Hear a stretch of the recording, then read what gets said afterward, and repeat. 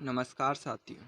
तो आज जो हमारी क्लास रहेगी वह रहेगी बहुकला प्रणाली की, अर्थात पॉलीफेज सिस्टम। तो बहुकला प्रणाली होती क्या है? जैसे आपने देखा हमारे घरों में सिंगल फेज आता है, तो उसमें हम जबकि इंडस्ट्रियल एरिया में, फैक्ट्री वगैरह में थ्री फेज टू फेज काम में लेते हैं। तो इसी थ्री फेज टू फेज को बहुकला प्रणाली कहते हैं, अर्थात सिंगल फेज से अधिक फेज की प्रणाली बहुकला प्रणाली कहलाती है। अब सबसे पहले देखते हैं हम बहुकला प्रणाली के लाभ क्या क्या हैं, भाई इसे क्यों काम में लिया जाता है। तो इसके देखते हैं हम लाभ।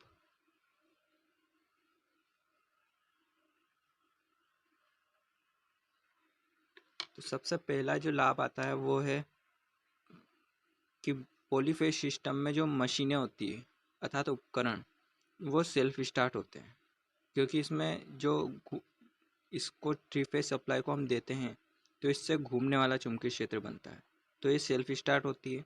जबकि सिंगल फेज में ऐसा नहीं होता, उससे पल्सेटिंग टाइप का चुंबकीय क्षेत्र उत्पन्न होता है। सिंगल फेज से पल्सेटिंग टाइप का होता है और वो घूमने वाला नहीं होता, तो वो सेल्फ स्टार्ट नहीं होती। तो थ्री फेज उपकरण सेल्फ स्टार्ट होते हैं, सेल्फ स्टार्ट होते हैं। जबकि सिंगल फेज, ये थ्री फेज का है और ये सिंगल फेज का सिंबल है। सिंगल फेज उपकरण नहीं होते, नहीं होते। हम देखते हैं इसके दूसरे लाभ की। तो थ्री फेज की जो मोटरें होती है वो स्मूथ टॉर्क देती है, जबकि सिंगल फेज की मोटरें रफ टॉर्क देती है। टॉर्क के बारे में हम पहले पढ़ चुके हैं। टॉर्क एक तरह का बल है, अर्थात टॉर्क, स्मूथ टॉर्क और रफ टॉर्क दोनों टॉर्क होते हैं, जो हम आगे दूसरे चैप्टर में पढ़ेंगे कि स्मूथ टॉर्क क्या होता है और रफ टॉर्क क्या होता है। तो थ्री फेज मोटरें स्मूथ टॉर्क देती है, स्मूथ टॉर्क देती हैं, जबकि सिंगल फेज मोटरें रफ टॉर्क देती है।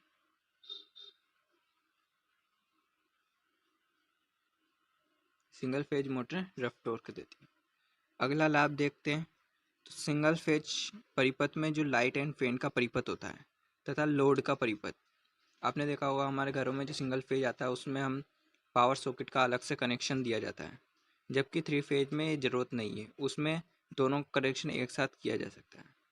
तो थ्री फेज प्रणाली का ये अगला लाभ है कि एक फेज के लिए यह हेतु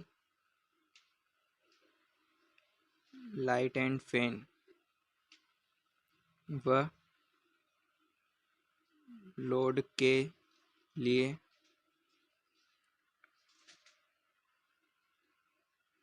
अलग अलग कनेक्शन होते हैं।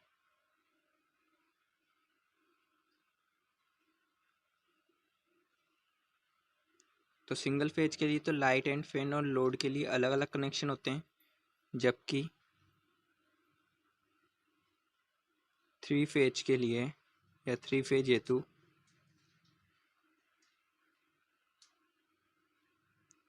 दोनों एक ही कनेक्शन होते हैं,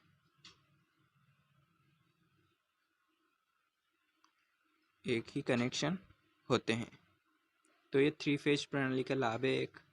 एक अन्य लाभ की बात करें तो एक फेज प्रणाली में एक ही प्रकार की सप्लाई प्राप्त होती है, जो हमारे पास फेज वोल्टेज अर्थात फेज और एक न्यूट्रल होता है। जबकि बहुफेज में, बहुकला प्रणाली होती है उसमें दो प्रकार के वोल्टेज स्रोत प्राप्त होते हैं, एक तो फेज वोल्टेज और एक लाइन वोल्टेज। फेज वोल्टेज और लाइन वोल्टेज के बारे में अब ये देखते हैं हम आगे। तो सबसे पहले इसका लाभ है कि सिंगल फेज में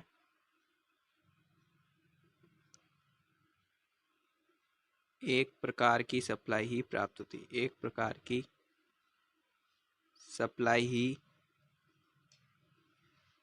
प्राप्त होती है।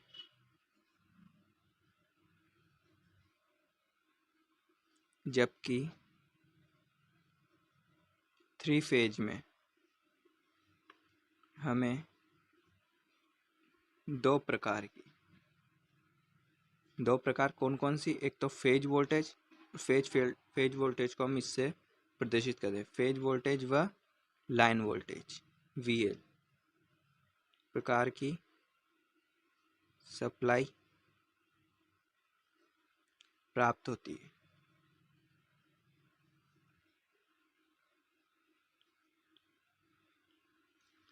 तो ये थ्री फेज प्रणाली का एक लाभ था। अब देखते हैं हम अगले लाभ के बारे में। तो थ्री फेज प्रणाली में जो पारेषण होता है वो भी सस्ता पड़ता है। थ्री फेज प्रणाली में जो पारेषण अर्थात हम जो भी वोल्टेज उत्पन्न किए, हमने पैदा किए, जनरेट किए, उसको हम दूसरे सिरे तक भेजना है तो वो भी बहुफेज प्रणाली में सस्ता पड़ता है। और सिंगल फेज प्रणाली में वो महंगा पड़ता है क्योंकि तार की आवश्यकता सिंगल फेज प्रणाली में ज़्यादा होती है। तो इसका एक अन्य लाभ है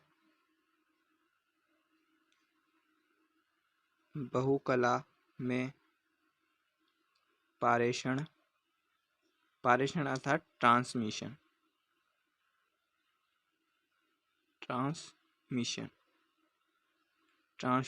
भी सस्ता होता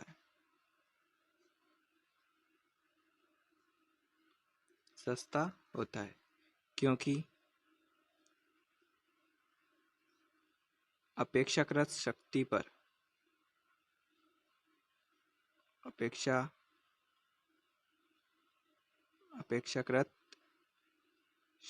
पर कम तार की आवश्यकता होती है।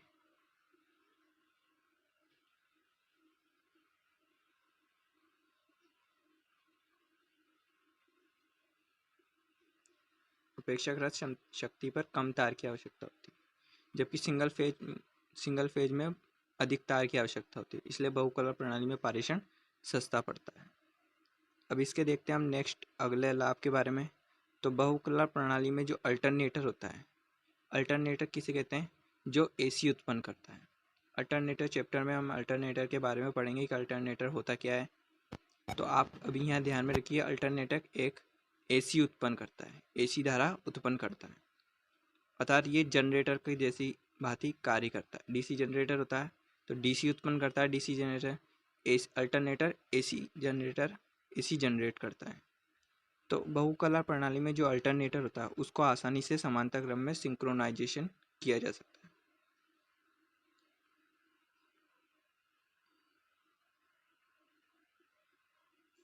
अल्टरनेटर को समांतर क्रम में सिंक्रोनाइजेशन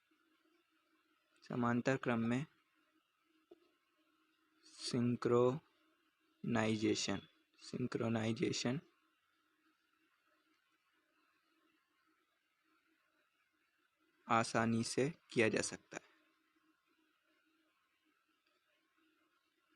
सकता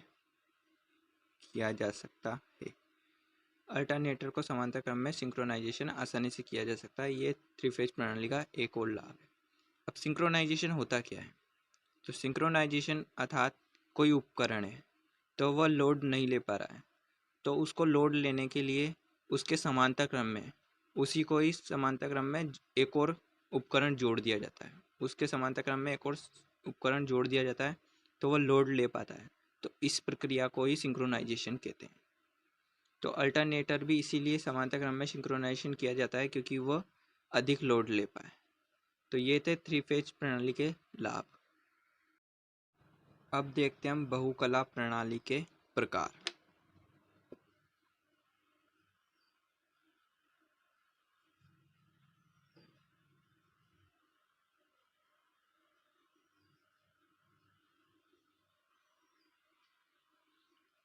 तो बहुकला प्रणाली के जो प्रकार है वो दो प्रकार की होती है।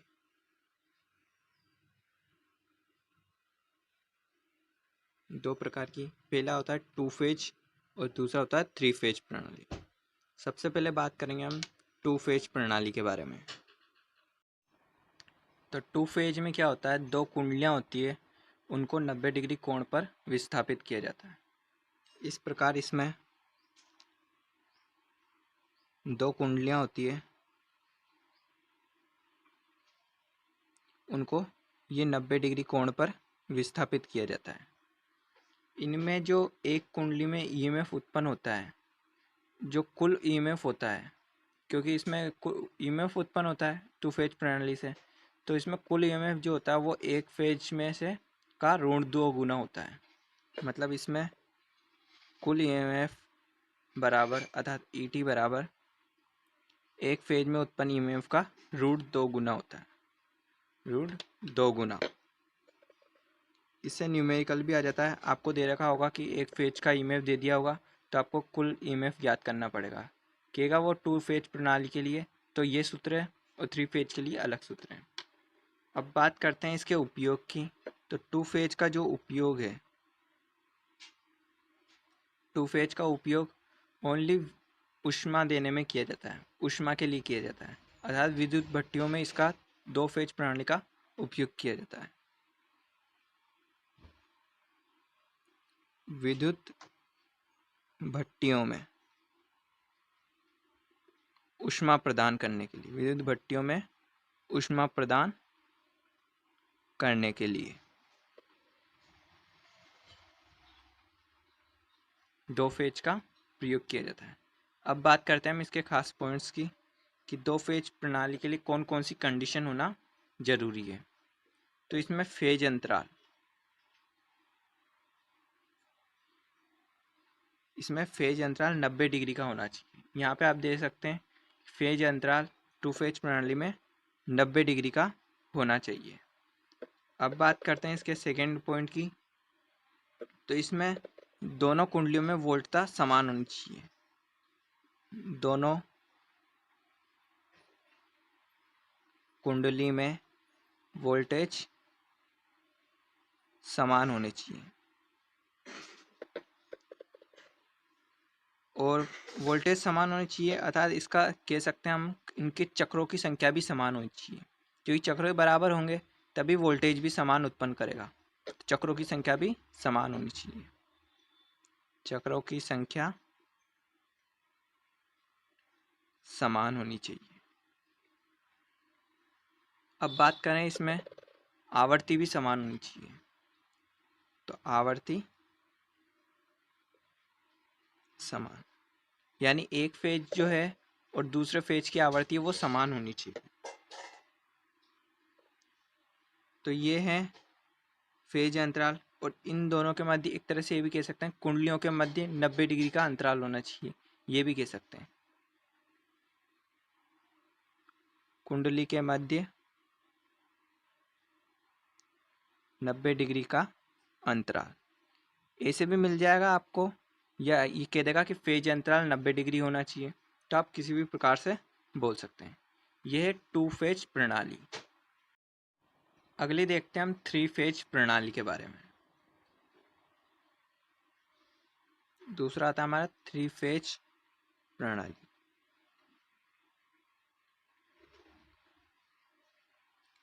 तो सर्वाधिक जो उपयोग है वो 3 फेज प्रणाली का ही किया जाता है, इसका ही सर्वाधिक उपयोग किया जाता है। 2 फेज का ओनली विद्युत भट्टियों में या ऊष्मा प्रदान करने के लिए किया जाता है और 3 फेज का प्रयोग सर्वाधिक इसी का उपयोग किया जाता है। अब इसकी हम देखते हैं कंडीशन क्या क्या है। तो इसमें जो फेज अंतराल है, फेज अंतराल वो 120 डिग्री का होता है। फेज अंतराल 3 फेज प्रणाली में 120 डिग्री का होता है। इसमें सभी फेजों में वोल्टेज समान होनी चाहिए, वोल्टेज समान। प्रत्येक फेज में वोल्टेज समान है तो चक्रों की संख्या भी समान होनी चाहिए, तो चक्रों की संख्या समान।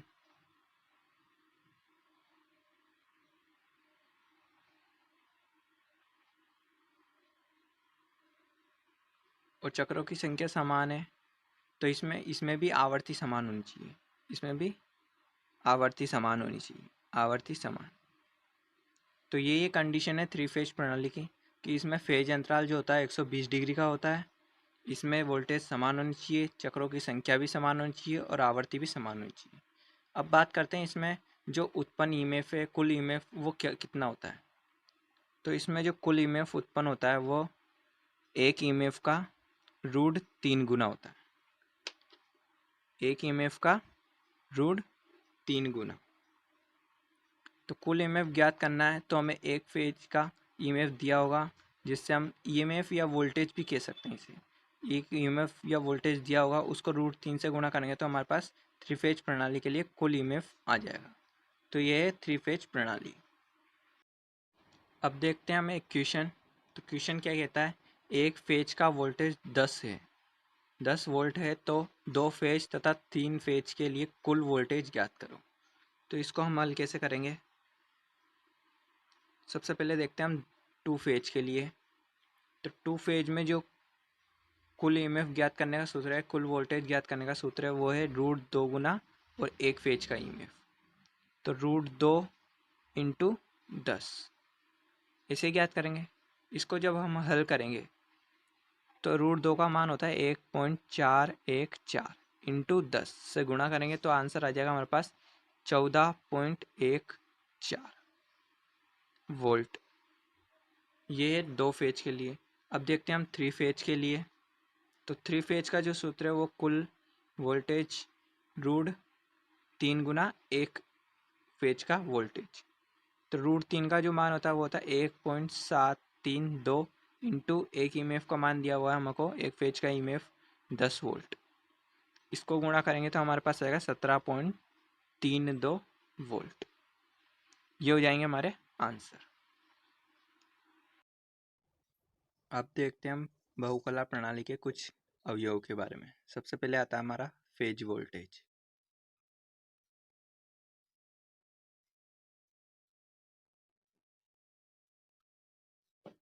फेज वोल्टेज को हम वीपी से प्रदर्शित करते हैं।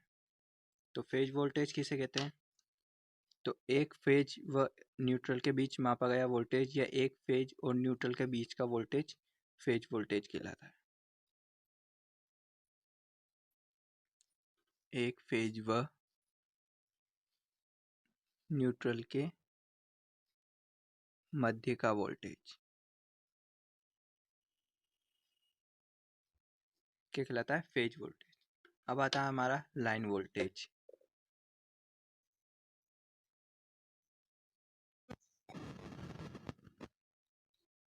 लाइन वोल्टेज को हम VL से प्रदर्शित करते हैं। तो दो फेजों के मध्य का वोल्टेज लाइन वोल्टेज कहलाता है। दो फेजों के मध्य का वोल्टेज क्या कहलाता है, लाइन वोल्टेज। अब देखते हैं हम फेज धारा के बारे में।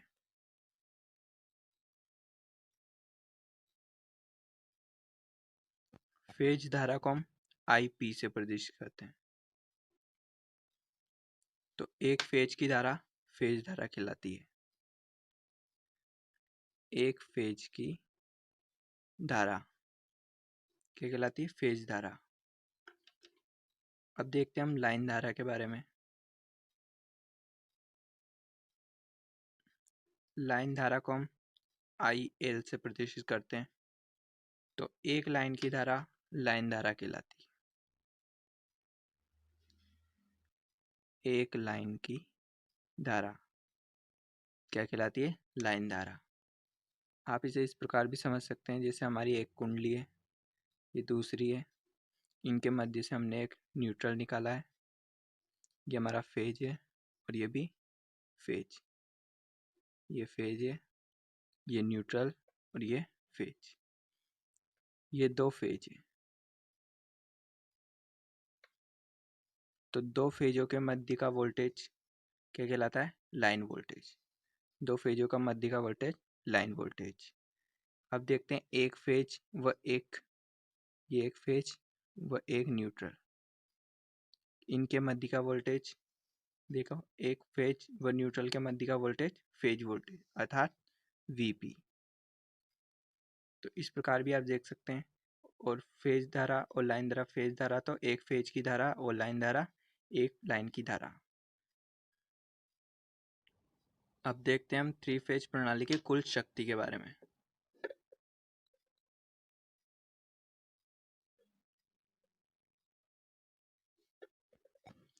थ्री फेज प्रणाली में जो कुल शक्ति होती है वो एक फेज की शक्ति की 3 गुना होती है। अर्थात इसका जो सूत्र है कुल शक्ति का वो है 3 गुना इंटू एक फेज की पावर, एक फेज की पावर या शक्ति। तो पीटी अर्थात टोटल पावर इंटू एक फेज की शक्ति कैसे ज्ञात करेंगे, वीपी अर्थात फेज वोल्टेज, फेज धारा और ये पावर फैक्टर कोस फाई। तो कुल शक्ति का जो सूत्र है ये 3 into phase voltage into phase धारा इंटू कोस फाई। तो इस प्रकार हम कुल शक्ति ज्ञात करते हैं। अब बात करते हैं हम संतुलित लोड के बारे में।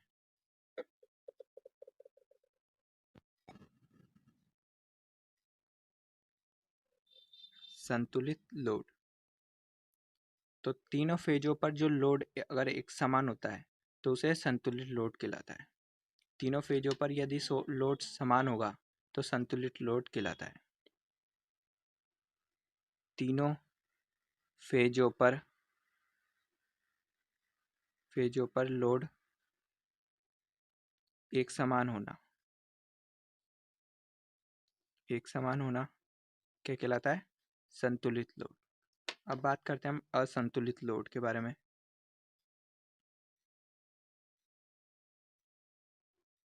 असंतुलित लोड, तो यदि तीनों फेजों पर लोड असमान है, अलग अलग है, तो यह असंतुलित लोड कहलाता है।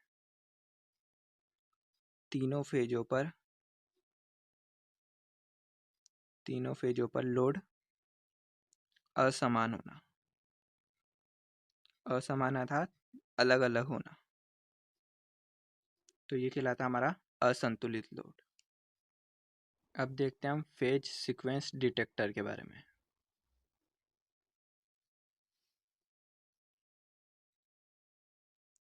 फेज सीक्वेंस डिटेक्टर,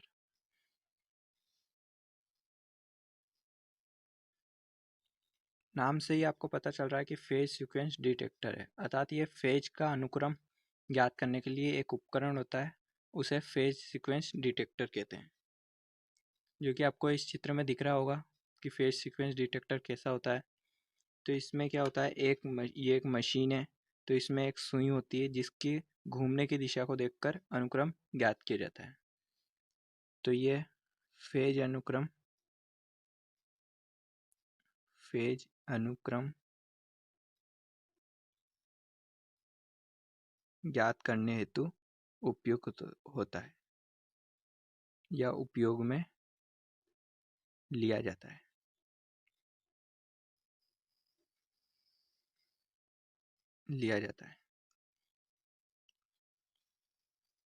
इसमें सुई की घूमने की दिशा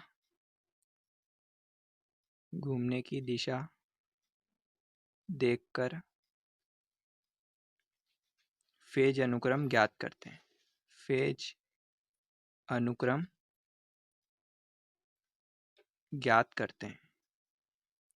तो इसमें यदि वह क्लॉकवाइज घूमता है या एंटी क्लॉकवाइज घूमता है तो कौन सा अनुक्रम होता है, फेज का कौन सा अनुक्रम होता है, तो वो देखते हैं।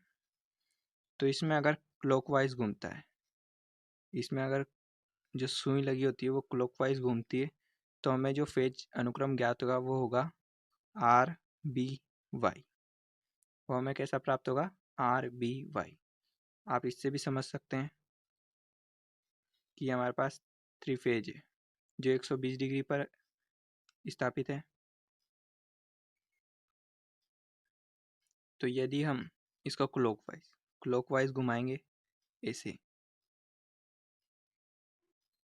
क्लॉकवाइज, तो हमें RBY प्राप्त होगा। जैसे ये R होगा, ये B होगा और ये Y प्राप्त होगा। या इसकी जगह हम RBY की जगह BYR भी कह सकते हैं, BYR। या इसकी जगह हम BYR की जगह YRB भी कह सकते हैं, YRB। तो कोई सा भी आपको दे रखा हो तो आप कन्फ्यूज ना हो, डायरेक्ट चित्र बनाएं और क्लॉकवाइज घूमने की दिशा में आप इसको YRB या वाई आर कह सकते हैं। तो क्लॉकवाइज घूमेगा तो हमें ये फेज क्रम प्राप्त होगा। यदि ये एंटी क्लॉकवाइज घूमता है, एंटी क्लॉकवाइज, तो हमें जो फेज अनुक्रम प्राप्त होगा, तो आप इसको एंटी क्लॉकवाइज में घुमा लीजिए इधर की तरफ, ये इधर और ये इधर। तो एंटी क्लॉकवाइज में हमें आर वाई बी प्राप्त होगा, आर वाई बी, या इसकी जगह हम आर वाई बी की जगह वाई बी आर भी लिख सकते हैं, वाई बी आर, या इसकी जगह हम वाई बी आर की जगह बी आर वाई भी लिख सकते हैं, बी, यहाँ पे लिख देता हूँ बी आर वाई। तो फेज सीक्वेंस डिटेक्टर में हम घूमने की दिशा को देखकर फेज अनुक्रम ज्ञात करते हैं। यदि ये क्लॉकवाइज घूमता है तो R B Y, B A Y R या वाई आर बी प्राप्त होता है, और एंटी क्लॉकवाइज घूमता है तो R Y B, Y B R या बी आर वाई प्राप्त होता है। तो आज की क्लास हमारी यहीं तक रहेगी। तो आपको वीडियो पसंद आए तो लाइक करें, शेयर करें, और कोई भी डाउट हो तो कमेंट सेक्शन में कमेंट करें। थैंक्स फॉर वॉचिंग, धन्यवाद।